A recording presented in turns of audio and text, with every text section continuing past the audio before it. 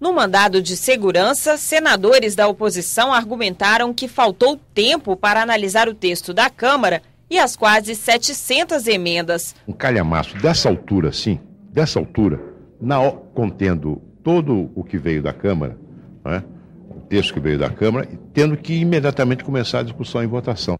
No Supremo Tribunal Federal, o relator, ministro Celso de Mello, negou o pedido para anular a votação. Segundo ele, não existe norma que imponha um intervalo mínimo para votar medidas provisórias. O ministro também alega que das 678 emendas, quase todas foram propostas na comissão mista.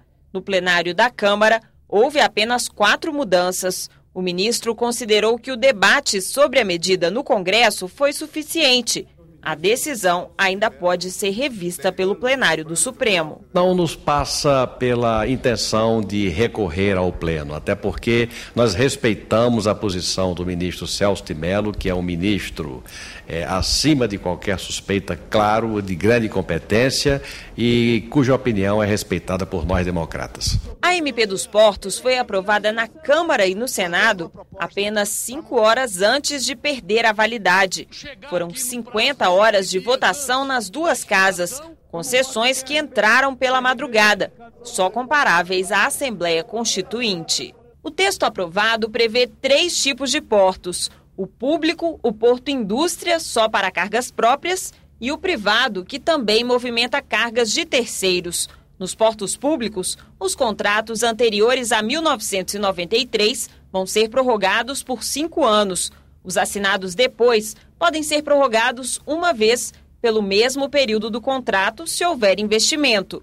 E os novos podem durar no máximo 50 anos. Os portos privados não têm limite de prorrogação. O texto prevê ainda aposentadoria especial e renda mínima para os portuários, uma espécie de seguro-desemprego nos períodos de entre-safra. Só os portos públicos continuam obrigados a contratar trabalhadores avulsos pelo órgão gestor de mão de obra. A indústria brasileira, não tenho dúvida, voltará a ser competitiva, porque nós teremos uma logística muito mais eficiente e muito mais preparada para concorrer com a realidade mundial. A presidente Dilma Rousseff tem 15 dias para sancionar o texto aprovado.